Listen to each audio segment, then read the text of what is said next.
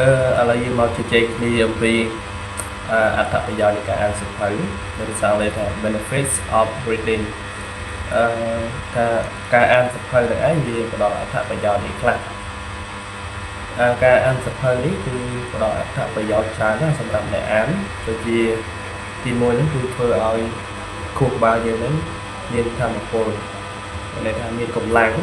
ឬសាអង់គ្លេសថា boost brain power អឺ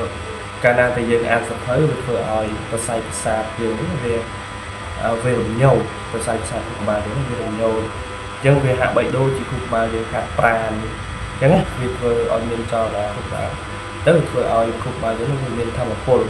ខ្លាំងឡើងហ្នឹងគឺជាអត្ថប្រយោជន៍នៃការអានសៀវភៅចំណែកឯទី2វិញការអានសៀវភៅវាពង្រឹងទៅដល់ការចងចាំរបស់យើងការអានសៀវភៅដូចជាយើងហាត់ប្រាណគូក្បាលយើងអញ្ចឹងដែរហាត់ប្រាណហើយនៅពេលដែលយើងការហាត់ប្រាណធម្មតានៅគូក្បាលរបស់យើងវា reflex អញ្ចឹងហើយការអានធ្វើឲ្យយើងមាននៃការចងចាំល្អ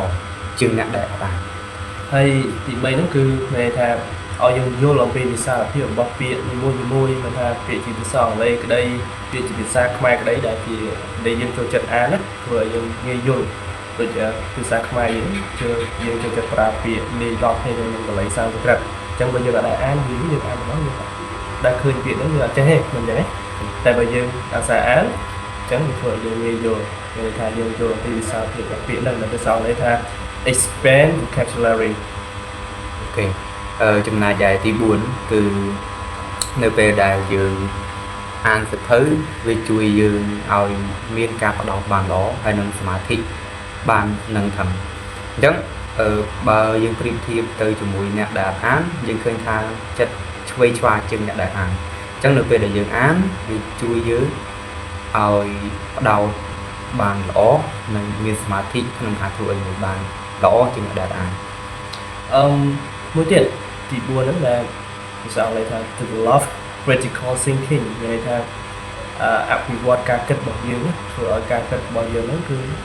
វាបានល្អធ្វើឲ្យយើងវិភាគអីមួយទៅលើរឿងអីមួយបានល្អយើងគិតទៅបានវែងឆ្ងាយបានល្អបានលម្អិតបានត្រឹមត្រូវហ្នឹងការអានសៀវភៅធ្វើឲ្យយើងសម្បូរគំនិតនៅក្នុងការគិតឬក៏ការវិភាគអញ្ចឹងអាហ្នឹងគឺអត្ថប្រយោជន៍នៃការអានសៀវភៅទី6ការអានសៀវភៅវាជួយយើងឲ្យ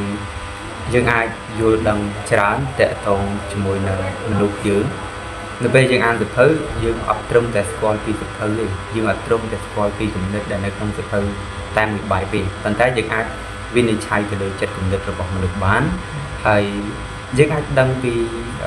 សង្គមបានច្រើនតែពីក្នុងសៀវភៅអញ្ចឹងនេះហើយជាអត្ថប្រយោជន៍ល្អមែនតើសម្រាប់អ្នកដែលចង់ទទួលបានចំណេះដឹងថ្មីដើម្បីអាចយកទៅធ្វើឲ្យជីវិតរបស់យើងកាន់តែល្អប្រសើរជាងមុនទី7អ្នកដែលអានសៀវភៅហ្នឹងធ្វើឲ្យការថយចុះនៃខួរក្បាលថាមពលខួរក្បាលវាយឺតយើងធម្មតាយើងដឹងថាមនុស្សយើងដល់ពេលដែលមានវ័យចេះតែជ្រេទៅមានន័យថាចេះចាស់ទៅអញ្ចឹងខួរក្បាលហ្នឹងគឺវាចេះតែចុះខ្សោយទៅដែរប៉ុន្តែចំពោះអ្នកអានសៀវភៅធ្វើឲ្យការខ្សោយ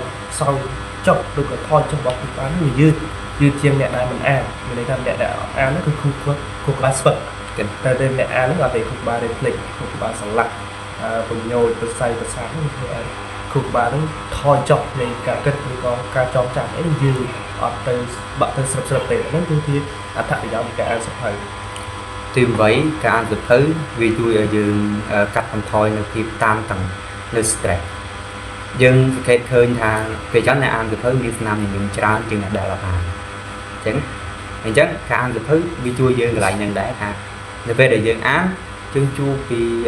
បរិបទក្នុងតួអង្គនីមួយៗវាធ្វើឲ្យយើងទទួលបានចំណេះដឹងហើយធ្វើឲ្យយើងមានអារម្មណ៍រីករាយនៅក្នុងការអាននឹងទៀតអញ្ចឹងនៅពេលដែលយើងរវល់ជាមួយនឹងការអានរវល់ជាមួយនឹងអភាពសប្បាយនៅក្នុងការអានហ្នឹងវាធ្វើឲ្យយើងភ្លេច stress អស់ហើយអញ្ចឹងអានកាត់បន្ថយ stress កាត់បន្ថយភាពតានតឹងមួយទៀតការអានហ្នឹងធ្វើឲ្យយើងបានស្គាល់ពីពិភពខាងក្រៅឬក៏ពីរឿងរ៉ាវផ្សេងជាច្រើនទិន្នន័យថ្មីជាច្រើនយើងបានស្គាល់យើងបានយល់ដឹងអំពីរឿងអីមួយនៅក្នុងសង្គម ដែលយើងអាចបំភ្លេចនៅក្តីកង្វល់នៅ stress ខាងដើមហ្នឹងទៀតអាចយល់ដឹងរឿងផ្សេងជាច្រើនអានោះគឺការអានសភៅធ្វើឲ្យយើងដឹងនៅទិន្នន័យឬក៏ព័ត៌មានផ្សេងនៃជម្រុញពិភពលោក ទី10ការអានសភៅធ្វើឲ្យយើងគេងលក់ស្រួលតែសម្រាប់អ្នកអានសភៅប្រសិនបើអ្នកអានមុនពេលចូលគេងស្មាគិតថាប្រហែលជាយល់ពីកន្លែងហ្នឹងហើយពេលយើងអានទៅយើងប្រាំងងុយអញ្ចឹងទៅក៏ដេកលក់ឆឹងទៅមកហើយអត្តន័យរបស់យើងក្រោយពេលអានសភៅហ្នឹងវាស្កប់ស្កល់ហ្មងវាមានអារម្មណ៍ថាវាល្អជាមួយយើងចំពោះទំនេរយើងហ្នឹងហ្មងអញ្ចឹងវាខុសពីយើងចុចទូរស័ព្ទយើងមើលអីដែលជាតាក់ទងជាមួយនឹង electronic ហ្នឹងគឺថាវាអត់ទៅល្អទេតែអានសភៅវាល្អជាងអញ្ចឹងចំណុចទី11ការអានសភៅធ្វើឲ្យយើងខ្លាចទៅជាមនុស្សដែលស្ងប់ស្ងាត់ជាមនុស្សដែលមានសុខភាពផ្លូវចិត្តល្អការអានសភៅធ្វើឲ្យយើងមានសុខភាពផ្លូវចិត្តល្អស្ងប់ស្ងាត់ហើយជាមនុស្សដែលមិនក្រេវក្រោធទេជាមនុស្សដែលមិនក្រេវក្រោធឈឺឆាយការអានសភៅហ្នឹងសភៅគឺជារបស់មួយយ៉ាងដែលអប់រំចិត្តយើងឲ្យយើងខ្លាចទៅជាមនុស្ស slow និយាយទៅអីហើយខ្លាចទៅជាមនុស្ស slow មនុស្សស្ងប់ស្ងាត់ហើយជាមនុស្សដែលគិតបានវែងឆ្ងាយហើយមានសេចក្តីសុខផ្លូវចិត្តសុខភាពផ្លូវចិត្តហ្នឹងវាល្អហ្នឹងគឺអានសភៅគឺវាជួយអញ្ចឹងចំណែកឯទី12អានសភៅក៏យើងទទួលបានចំណេះដឹងហើយត្រង់ចំណុចនេះខ្ញុំគិតថាប្រហែលជាលោកអ្នកអានទាំងអស់គ្នាអ្នកដែលអានអ្នកដែលមិនបានអានក៏អាចយល់បានត្រង់កន្លែងហ្នឹងថានៅពេលដែលយើងអានគឺយើងទទួលបានចំណេះដឹងហើយចំណេះដឹងច្រើនពីក្នុងសភៅហ្នឹងអញ្ចឹងសភៅម្នាក់គំនិតមនុស្សម្នាក់ហើយសភៅមួយក្បាលគំនិតមនុស្សម្នាក់ហើយអញ្ចឹងទៅហើយគំនិតមនុស្សម្នាក់មិនមែនថាអត់ចេះអីសោះគាត់ទៅសរសេរទេគឺតែឆ្លងកាត់ការរៀនសូត្រឆ្លងកាត់ការសិក្សាអញ្ចឹងនៅពេលដែលយើងអានគឺយើងទទួលបានចំណេះដឹងច្រើនមែនតើពីសភៅហ្នឹងចំណុចទី13អ្នកដែលអានសភៅច្រើនធ្វើឲ្យការសរសេរក៏បានល្អដែរណាអ្នកដែលអានសភៅធ្វើឲ្យការសរសេរឧទាហរណ៍យើងអានសភៅជាភាសាខ្មែរក្តីធ្វើឲ្យចំណេះភាសាខ្មែរយើងល្អត្រូវតាមអក្ខរាវិរុទ្ធផងហើយតាមវេយ្យាករណ៍ផងហើយជាភាសាបរទេសមានភាសាអង់គ្លេសបារាំងចិនអីជាដើមហ្នឹងកាលណាតែយើងជាអ្នកអានច្រើនធ្វើឲ្យការ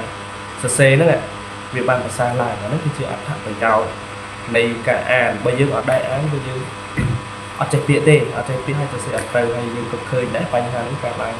ច្រើននៅក្នុងសង្គមយើងគឺភាសាគឺសរសេរអក្សរខ្មែរយើងអត់ត្រូវដោយសារយើងអត់សូវអានអញ្ចឹងពង្រឹងនៅការអានធ្វើឲ្យការសរសេររបស់យើងក៏បានប្រសើរឡើងដែរមិនថាភាសាអីទេគឺការអានគឺសំខាន់បំផុតណាចំណែកទី14គឺការអានធ្វើឲ្យយើងមានអារម្មណ៍ថារីករាយសប្បាយទៅជាមួយនឹងតថភាពនៃទស្សនវិជ្ជានៅក្នុងរឿងនីមួយៗដែលយើងបានអានអញ្ចឹងសម្រាប់អ្នកដែលស្នេហាក្នុងការអានគឺយល់ហើយថានៅពេលដែលជួបរឿងមួយណាដែលថាសប្បាយការអានគឺអានហើយអានពេលខ្លះអានអត់ចង់បាយចង់ទឹកទៀតអញ្ចឹងឃើញសភៅវាជួយយើងបានច្រើនខ្លាំងមែនតើជួយទាំងចំណេះដឹងជួយទាំងរបៀបសរសេរដែលដូចគុណបានលើកឡើងមកហើយជួយឲ្យយើងសប្បាយទៀតសប្បាយនឹងការអានហ្នឹងទៀតហើយចំណុចទី15គឺចំណុចចុងក្រោយគឺអ្នកដែលអានសភៅនេះគឺមានអាយុវែងតាមការស្រាវជ្រាវរបស់អ្នកជំនាញលោកបានបង្ហាញថាអ្នកដែលអានសភៅនេះគឺធ្វើឲ្យមានអាយុវែងអញ្ចឹងបើចង់មានអាយុវែងព្យាយាមអានឲ្យបានច្រើនមួយថ្ងៃកន្លះម៉ោងក្តី1ម៉ោងក្តីទៅតាមលទ្ធភាពនៃការអានទៅតាមលទ្ធភាពនៃការដែលយើងអាចអានបានអញ្ចឹងដើម្បីឲ្យយើងទទួលបាននៅអត្ថប្រយោជន៍ទាំងអស់ហ្នឹងយើងត្រូវការអានសភៅមានទាំងពីទី1ដល់ទី15ហ្នឹងគឺច្រើនអញ្ចឹងសភៅគឺដល់អត្ថប្រយោជន៍ច្រើនសម្រាប់យើងអញ្ចឹងក្នុងនាមយើងជាមនុស្សជាតិដែលយើងកើតមកនេះយើងគួរតែអានដើម្បីស្វែងយល់នៅផ្នត់គំនិតរបស់អ្នកប្រាជ្ញជំនាន់មុនផងដើម្បីស្វែងយល់នៅរឿងអ្វីថ្មីនៅក្នុងពិភពលោកផងហើយនឹងចំណេះដឹងផ្សេងដែលយើងត្រូវការប្រស្រ័យត្រូវការតាក់ទងត្រូវការដឹងត្រូវការចេះដើម្បីរស់នៅក្នុងសង្គមនេះបានផងអញ្ចឹងគឺការអានគឺមានអត្ថប្រយោជន៍ច្រើនមែនទែន